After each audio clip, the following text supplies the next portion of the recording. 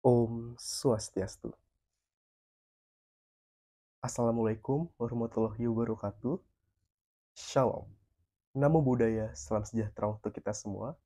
Salam kebajikan. Perkenalkan, saya Ikomang Gede Dharma Desa Karang dari Universitas Udayana.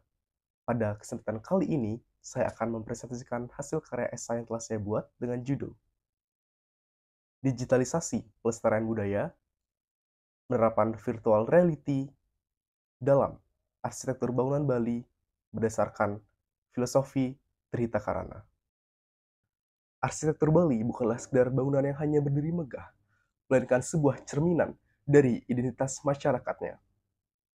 Dari pura-pura yang sakral hingga rumah-rumah tradisional yang sederhana. Setiap elemen arsitektur Bali memiliki makna mendalam yang terus berkembang dari waktu ke waktu.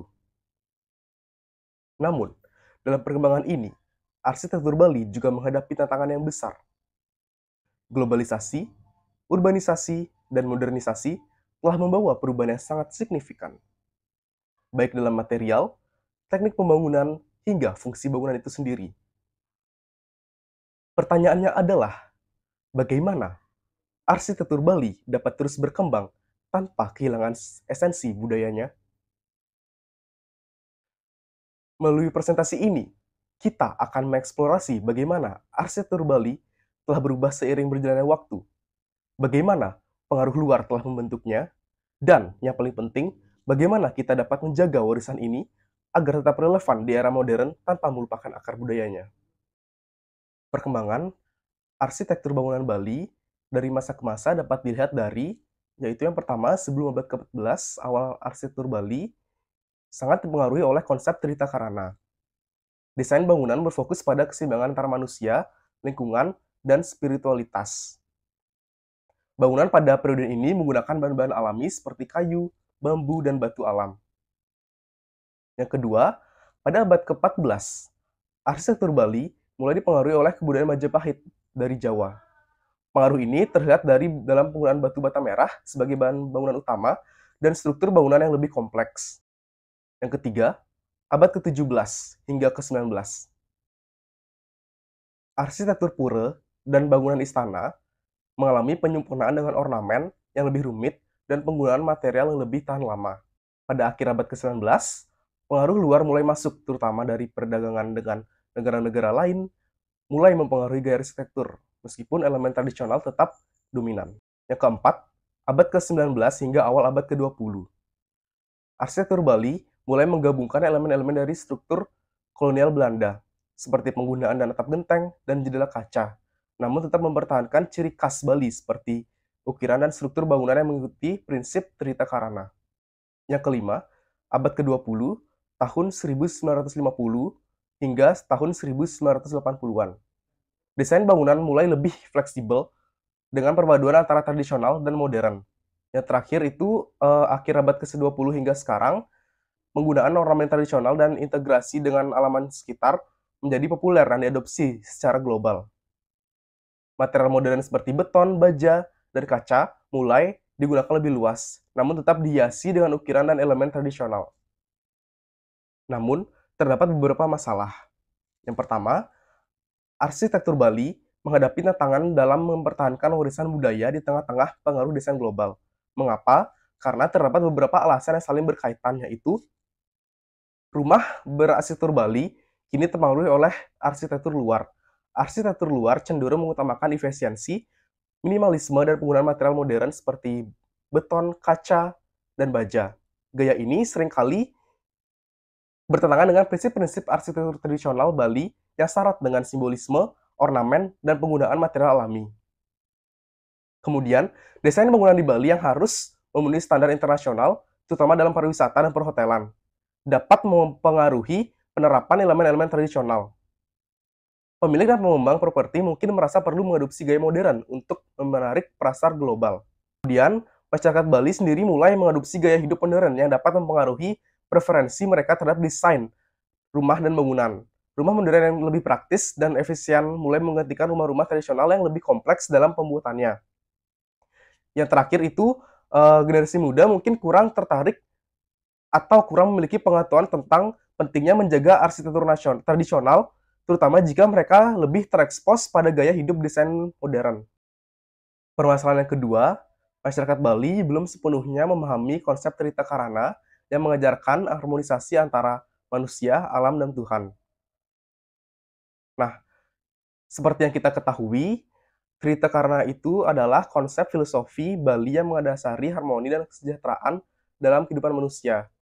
Bagian-bagian dari Trita Karana itu sendiri ada yang pertama itu ada Parahyangan, merujuk pada hubungan manusia dengan Tuhan atau Sang Yang Widiwasa.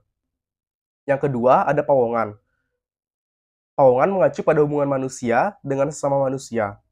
Yang ketiga, Palemahan, merujuk pada hubungan manusia dengan alam dan lingkungan sekitarnya. Kemudian, ada pun penerapan Trita Karana dalam arsitektur Bali. Dalam arsitektur Bali, Trita Karana diterapkan melalui tata letak dan desain bangunan yang memperhatikan keseimbangan antara aspek spiritual, sosial, dan lingkungan. Misalnya, Parahyangan, pura atau tempat suci biasanya ditempatkan di bagian paling sakral dari sebuah kompleks bangunan sesuai dengan arah yang dianggap suci. Yang kedua, Pawongan. Tata letak rumah diatur sedemikian rupa untuk mendukung interaksi sosial dan kebersamaan dengan adanya ruang-ruang komunal untuk kegiatan bersama.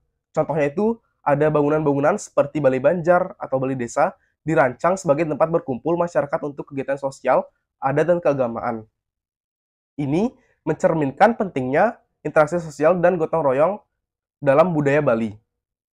Yang ketiga, Palemahan. Desain bangunan mempertimbangkan lingkungan sekitarnya, seperti orientasi terhadap matahari, penggunaan material lokal, dan integrasi dengan alam. Terdapat keunggulan dari teknologi virtual reality ini, yaitu dapat menggambarkan arsitektur Bali dalam simulasi 3 dimensi, seperti memahami tata letak. Teknologi ini dapat menjelajahi struktur tradisional secara virtual, merasakan dinamika sosial dan ritual dengan visualisasi ruang, 3 dimensi, audio lingkungan, interaksi dinamis, dan merasakan hubungan harmonis Trita Karana sehingga memperkaya pelestarian dan pengalaman budaya. Kemudian pengguna dapat berjalan melalui pura keluarga, berinteraksi dengan lingkungan, dan merasakan suasana Bali Banjar dalam dunia virtual. VR memberikan pengalaman imersif yang mendetail, membantu pelestarian dan pengalaman budaya Bali. Dalam konteks rumah tradisional Bali, VR dapat memainkan peran penting dalam melestarikan rumah tradisional Bali, yang berakar pada filosofi Trita Karana dan memperkenalkan budaya ini kepada generasi muda serta dunia internasional. Dengan membuat replika digital, generasi mendatang dapat mempelajari warisan budaya ini meski banyak rumah tradisional terancam hilang akibat modernisasi. VR juga mendukung pariwisata budaya Bali melalui tur virtual yang menampilkan keindahan arsitektur tradisional dan filosofi di baliknya. Implementasi VR dapat dilihat pada gambar ini. Gambar satu yaitu view virtual reality.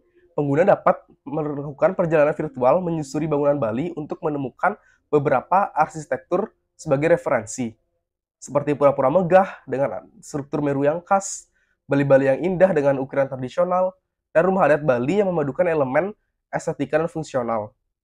Pengguna akan mendapatkan wawasan tentang penggunaan bahan-bahan tradisional seperti batu, kayu, dan anyaman bambu, serta prinsip-prinsip desain yang mencerminkan harmoni dengan alam dan nilai-nilai budaya Bali.